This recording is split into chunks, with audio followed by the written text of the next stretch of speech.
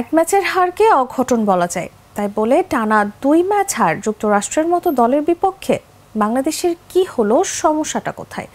Series হারের পর দলের প্রতিনিধি হয়ে সংবাদ সম্মেলনে আসা সাকিব আল হাসান বললেন তিনি জানেন না কি কারণে এমন হচ্ছে। সিরিজ হার নিয়ে সাকিবের কথা অবশ্যই হতাশার। আমরা আশা করিনি যুক্তরাষ্ট্র দলকে কৃতিত্ব দিতে হয়, তারা যেভাবে খেলেছে। টপ অর্ডার ব্যাটাররা রান করছেন না, টি-20 ক্রিকেটের সঙ্গে যেন মানাতেই পারছেন না তারা। আসলে মূল সমস্যাটা কোথায়? সাকিবের কাঠখোট্টা কথা আমি বলতে পারবো না, এটার জবাব আমার কাছে নেই। এরপর আরেক প্রশ্নের জবাবে ফের বলেন আমি জানি না, আমি জানলে তো টিমকে বলতাম, রেজাল্ট অন্যরকম হতো। এমন পারফরমেন্সের প্রভাব বিশ্বকাপে পড়তে পারে কিনা?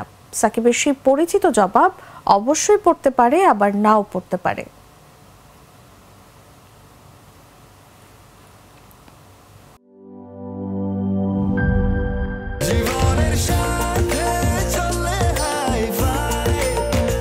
স্বাস্থ্যকর অল টাইম ফ্যামিলি কেক, সব সময় অল টাইম হেলদি লাইফ।